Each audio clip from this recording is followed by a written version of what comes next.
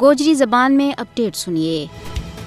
انسانی حقوق کا عالمی منشور کو بنیادی اور اہم نقطہ یہ ہے کہ اقوام واسطے حصول مقصد کو مشترکہ معیار ویگو تاکہ ہر بندوں اور معاشرہ کو ہر ادارہ اس منشور نہ ہمیشہ پیش نظر رکھتا ہوا ان حقوق اور آزادیاں کو احترام پیدا کرے اور انہوں قومی تے بین الاقوامی کاروائیاں کے ذریعے ممبر ملکاں ماں اور ان قوماں ماں جڑی ممبر ملکاں کے ماتحت منان واسطے بتدریج کوشش کریں۔ لیکن کشمیر دنیا کو وہ واحد خطہ ہے جیت بھارتی غاصب و جابر حکومت اپنوں حق کی خود ارادیت منگن کی پاداش ماں انسانی حقوق کا عالمی منشور کی دھجی اڑا رہی ہے۔ 5 اگست 2019 جب بھارتی غاصب حکومت نے کشمیری عوام کی مرضی اور منشا کے خلاف یک طرفہ کارروائی کا طور ور کشمیر کی خصوصی حیثیت کو خاتمہ کیو، اس تو بعد پوری ریاست جموں کشمیر نے ایک کھلی جیل ماں تبدیل کر دیتو گیو ہے۔ تجارت، سیاحت، تعلیم، طب اور تمام شعبہ ہائی زندگی نہ تباہ و برباد کر کے رکھ دیتو ہے۔